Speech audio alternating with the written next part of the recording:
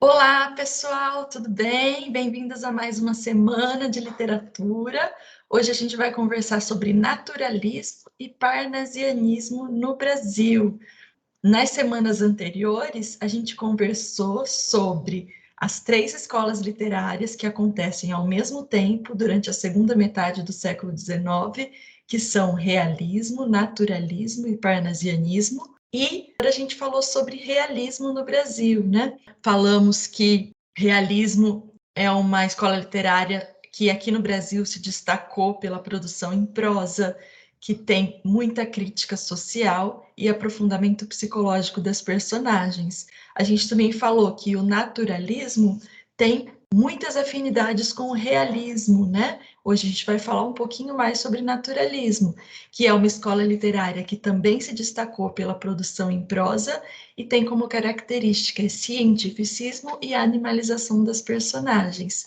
E também aconteceu ao mesmo tempo o parnasianismo, que se distancia um pouquinho dessas outras duas, porque a gente tem aqui produção em verso, a gente tem distanciamento dos temas sociais e a busca pela perfeição formal, né? A arte pela arte, sem temática social. Então vamos começar agora falando sobre o naturalismo.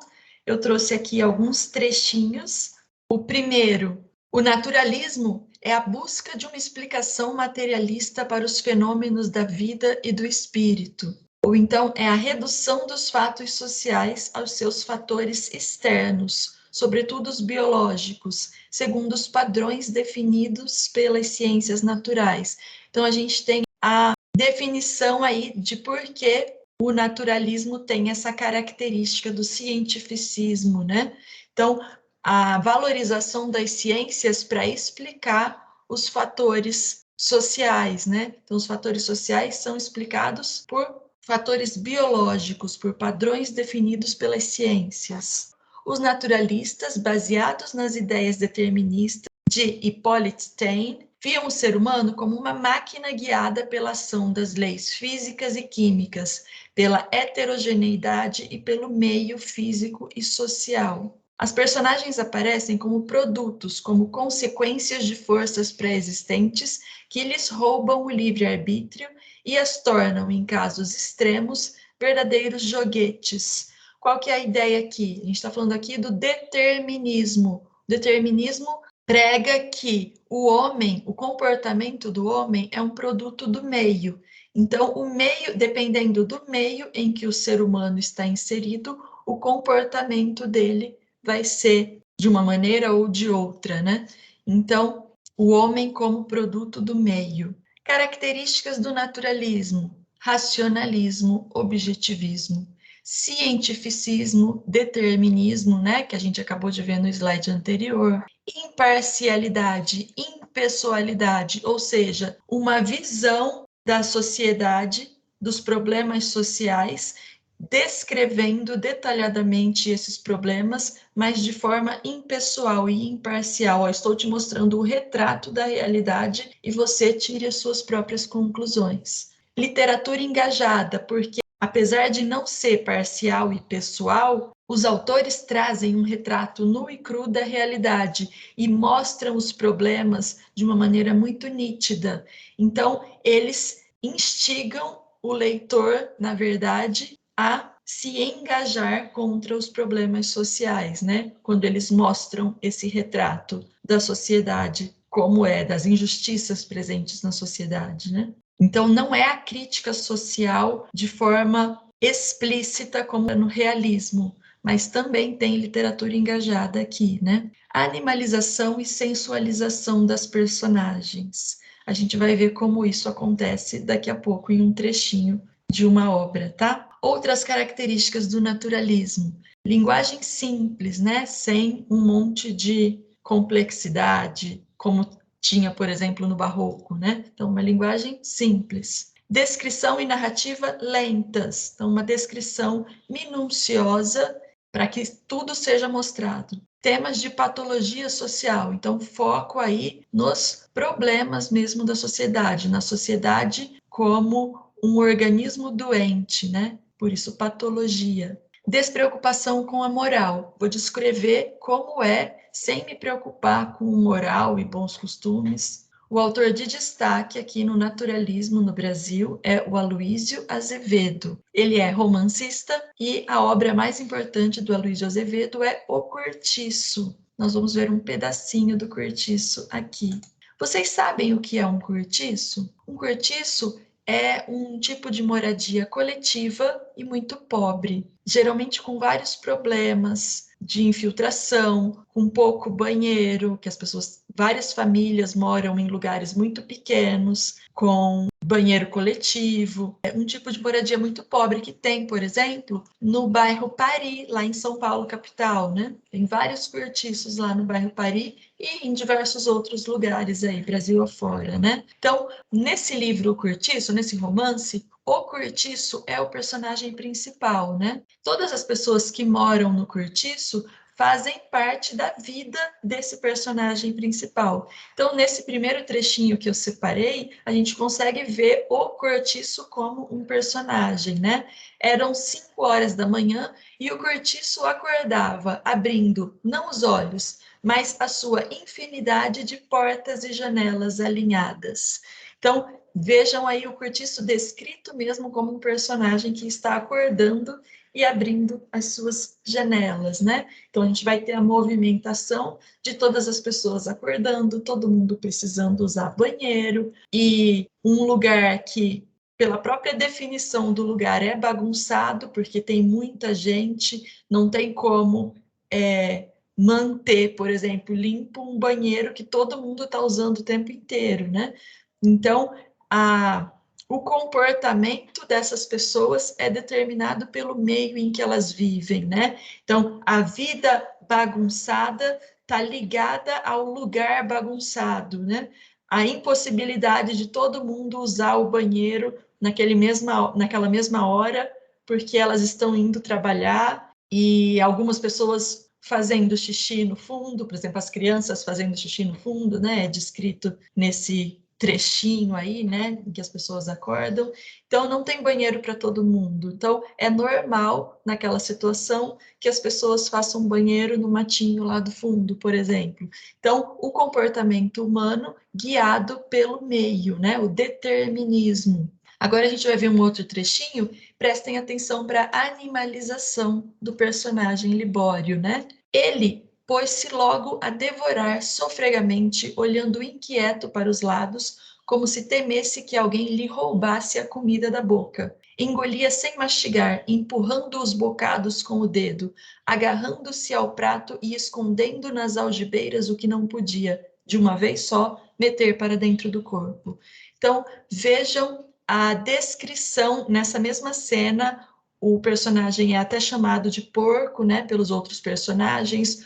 A narração, o narrador também diz que ele está comendo como um animal, né? Então você tem a animalização do personagem, por exemplo, nesse trecho. Eu preciso que vocês peguem lá o livro de vocês e leiam sobre naturalismo das páginas 229 a 233 e depois da página 292 a 295. Vocês vão encontrar 2 trechinhos do Cortiço, vão encontrar um trecho de naturalismo de uma obra francesa que é muito legal. Vocês vão adorar os trechinhos, então leiam lá e não percam, tá bom? Agora a gente vai falar sobre o parnasianismo, que também aconteceu, né, lá na segunda metade do século XIX, junto com realismo e naturalismo, mas o parnasianismo é uma escola literária mais distante, né, com características bem diferentes, né, do realismo e do naturalismo.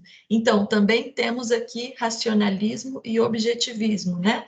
Essas características estão nas 3 escolas literárias da segunda metade do século XIX. Mas agora temos produção em verso, busca pela perfeição formal, arte pela arte, ou seja, a arte sem se preocupar com temas sociais, e a arte sobre a arte. Então, um poema, por exemplo, descrevendo um quadro, um poema falando sobre a arte de escrever um poema, né? Então, distanciamento de temas sociais, o poeta trancado dentro do seu quarto, se preocupando em escrever um poema com uma forma fixa, com rimas perfeitas e ricas, com métrica perfeita em cada verso, né? Se preocupando com onde a sílaba tônica do verso vai cair, contenção dos sentimentos. Então, é uma coisa mais racional. Eu vou me preocupar em fazer o poema perfeito, né? Não vou me preocupar nem com problemas sociais, nem com sentimentos. Não me preocupo com o que está acontecendo do lado de fora do meu quarto. Outras características do parnasianismo. Tenho presença da mitologia greco-romana, vocabulário sofisticado, gosto pelo soneto, gosto pelo decassílabo.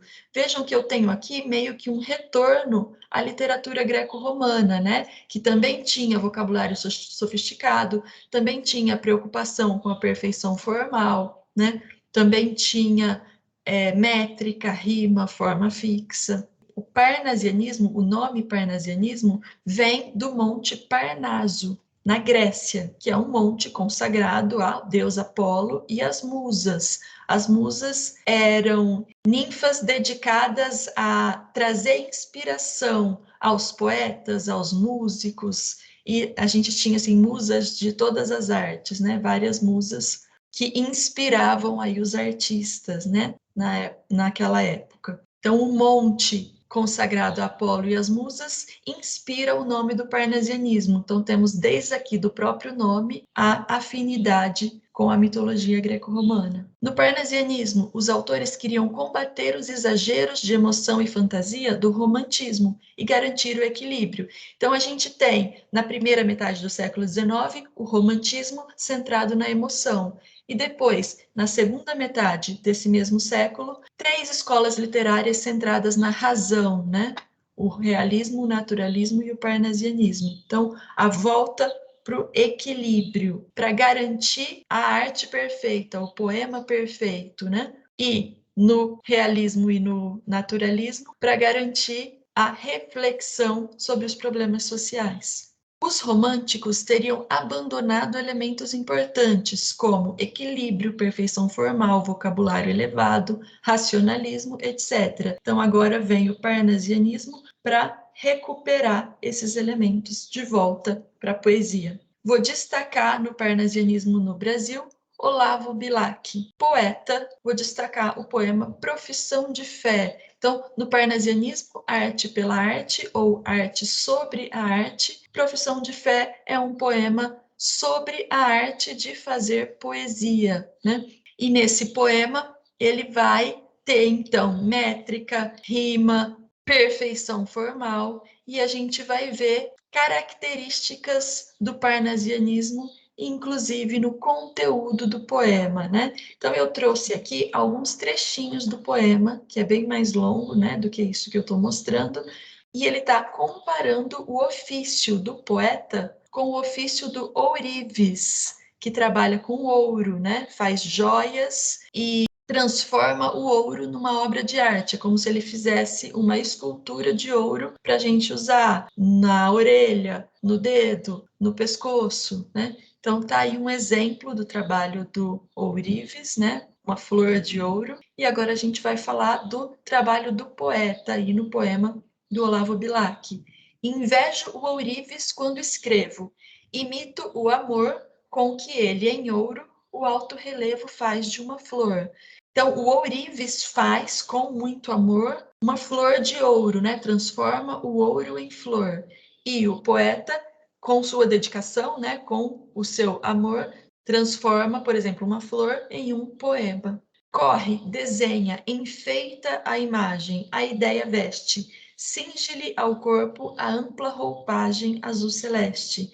Então vejam, aqui é o poeta, do mesmo jeito que o ourives lima, tece para fazer a sua joia, o poeta também faz isso com a imagem, com a ideia. Torce, aprimora, alteia, lima a frase e, enfim, o verso de ouro engasta a rima, como um rubim. Rubim é uma variação de rubi, né? Que é uma pedra.